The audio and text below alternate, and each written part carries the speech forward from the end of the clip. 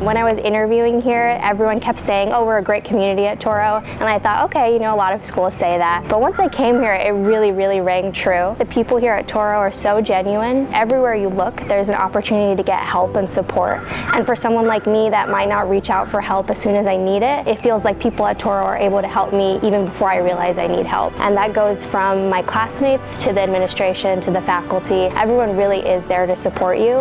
And at every moment, I felt like I had support whenever I needed it.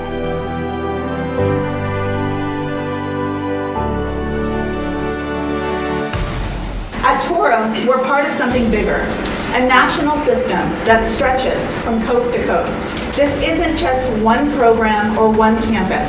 It's about a system that believes in the potential of its people. This new program here in Southern California is a beautiful example of what happens when that connection thrives.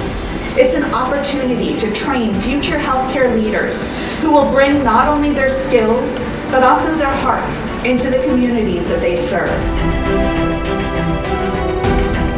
I'm looking to provide great education for the future sonographers, not only to help the students, but also help the profession to ensure we graduate excellent sonographers. Sonographers are very important because we can help physicians not only diagnose, but also to treat many medical conditions even early on, so they can treat those conditions on time.